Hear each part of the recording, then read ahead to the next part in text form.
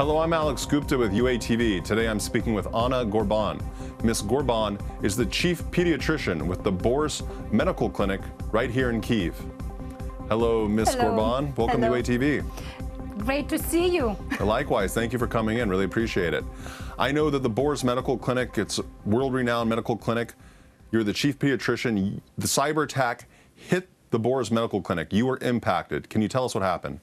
What's happened? First of all, we realized that 30 years ago, we used to work without computers. You know, it's such a history for us now, but we all been trained for that. So we really were not in panic. We reminded our previous 20 years ago when each doctor used to write everything by their own hands. Really, it takes a little bit more time than using computers. So being prepared for the more timing which doctor need for the patient, we invited more doctors to serve the patients. And we really been working in a regular regime in medical care. Of course, our IT team, I call them now IT doctors because they've been working hard for 3 days, nights and days. They're really being IT doctors.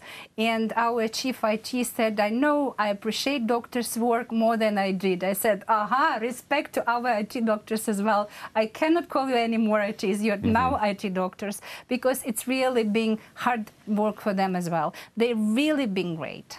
So the cyber attack happened and you could not use any of your computers. Yeah. Were they all encrypted? Was there a message on your computers? It was black screen, just black screen. Oh my gosh. And you know, we were more prepared than our patients because they were just asking, give us immediately papers with analysis from 2 weeks ago, from 3 weeks ago, and we were asking them to be 1 or 2 days patient because it's not. If you've been waiting for 2-3 weeks already for the blood work, you really may wait 1 day more. And the people didn't want to hear anything about this virus attack.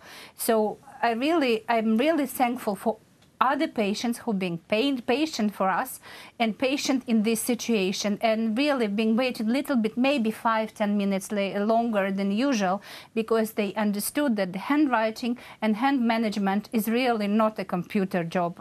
And really, you know, these situations is really giving you real impression how computers became important in our lives. Because when you use them usually every minute, every day, you don't realize because it's obvious and usual. And from the moment something happens and you cannot use them, you understand in a minute how important these things in our life became even in last 15-20 years. It's a very short period. It's just one generation. No, I understand. So, okay, couldn't use the computers, but you guys are old school, so you went to paper, okay. Yeah, okay. We've been trained, no panic. But obviously you have medical equipment that patients there are depending on probably for their life.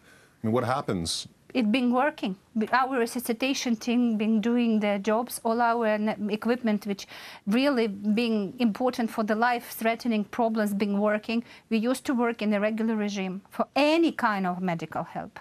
So MRI, CT, ultrasounds, breathing machines.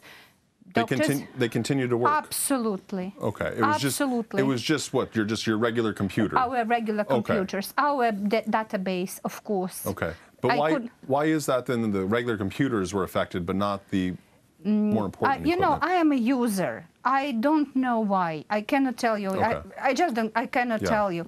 Attacked. I understand. Yeah, it was attacked. Yeah, but all life-threatening things being protected and being switched off immediately from the moment. Probably the quick reaction of our IT group also was helpful. I think our IT groups are always ready for the viruses. Doesn't matter, PETA A or whatever. They're really ready for some kind of problems, and they always have options for the main, most important equipment in clinic. I see. So. But doesn't this scare you? I mean, I know you were able to cope with it, but doesn't it frighten you that this could happen? What if it got worse? What if it's more severe? You know, what can be more severe? Well, if in my job, no. Okay. In my job, it was severe because you cannot use database. Yeah. But but the most important part is to save somebody's life. Right. And this kind of attack cannot affect my doctor's job and important equipment for the life saving. Well, so it cannot affect. No. no, no. It never, in the future, it'll never affect that? No, it didn't and it cannot. It cannot. But So, what, that equipment runs on a separate, you have a separate generator, you have separate, absolutely. you are independently. Independent from other systems. We are Okay. absolutely independent. So in our clinic, I cannot answer for the other clinics, but in our clinic, our patients are 1,000% protected. That's great. It's great. Really, I really appreciate our IT group. And Really. I understand, okay, you're at Borys Medical Clinic, very advanced, great clinic, but aren't there other hospitals here in Ukraine which are at risk? I think so. I know that governmental clinics, some of them have computer systems, some not. So those ones who are not computerized really has no problems with that. Those who does, I have no idea how they're managing that. I can answer only for my clinic, which is great in this situation. Really, I appreciate the work of all staff.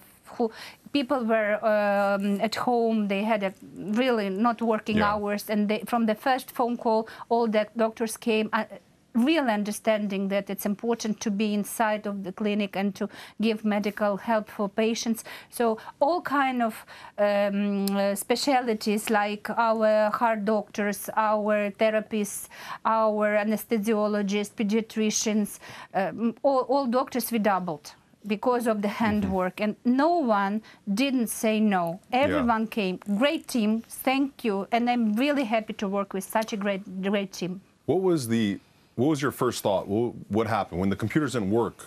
You know what? First, what I thought that something happened with me. I was wrong. Okay. So I decided to reset, and then I got a message from my friend from Warsaw, and he said that on TV, someone from TV news said that Ukraine been attacked by virus. So my friend from Warsaw, from Poland, gave me a message. So I made a phone call to our IT group asking them, is it true? And they said that's true. So it was really 1 minute from 1 second of a problem. I understood it's really long-term problem, not for 1 minute.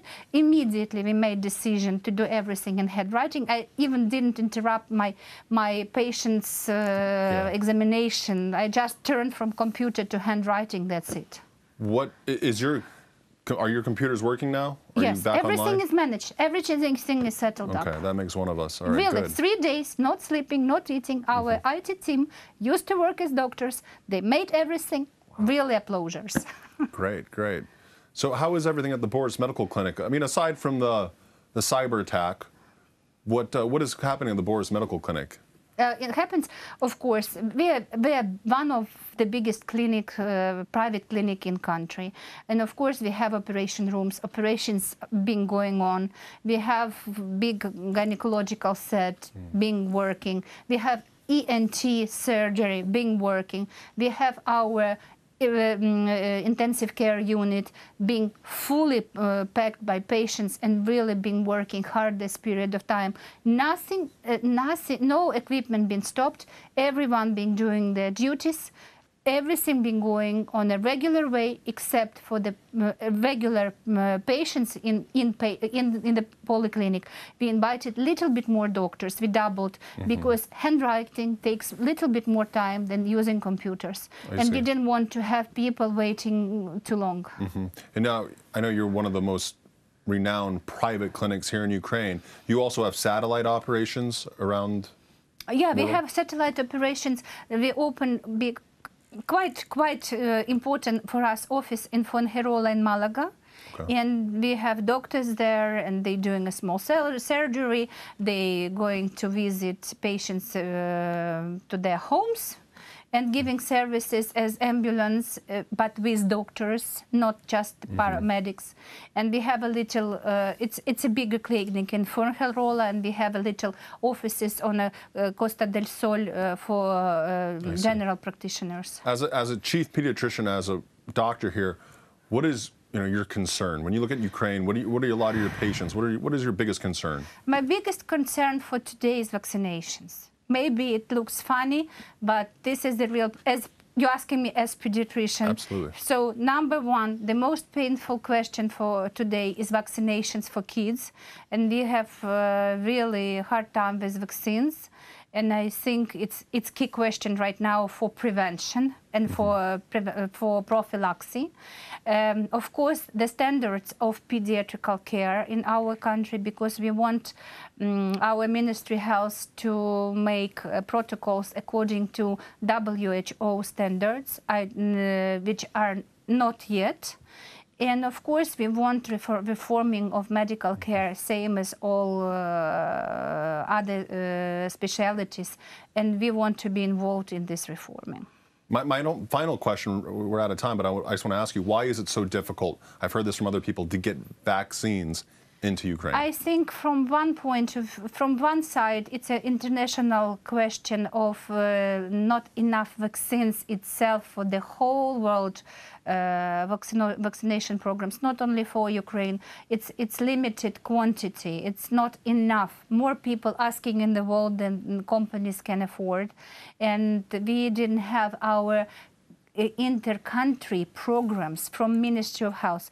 So what factories did that? Satisfied countries who have governmental programs in vaccinations, but for the private sector, which used to use high-quality vaccines, they just sell at the principal at last. What lasts, they sell for the private sector. But our government didn't have programs for high-quality vaccines inside of the country for all kids. That's why we really didn't have enough for the private sector. Well, Ms. Horban, really appreciate you, or Dr. Horban, excuse me. I've been calling you Miss. Dr. Horban, thank you so much for coming in here. Really appreciate it. Really appreciate this meeting as well. Thank you. I'd like to, if you'd come back in another time and talk about more health-related issues in Ukraine, that'd be great. Welcome, really. Thank you so much, Thank Doctor. you. I'm Alex Gupta with UATV. Today I was speaking with Dr. Anna Horban. Dr. Horban is the Chief Pediatrician with the Borys Medical Clinic here in Kyiv. You're watching UATV.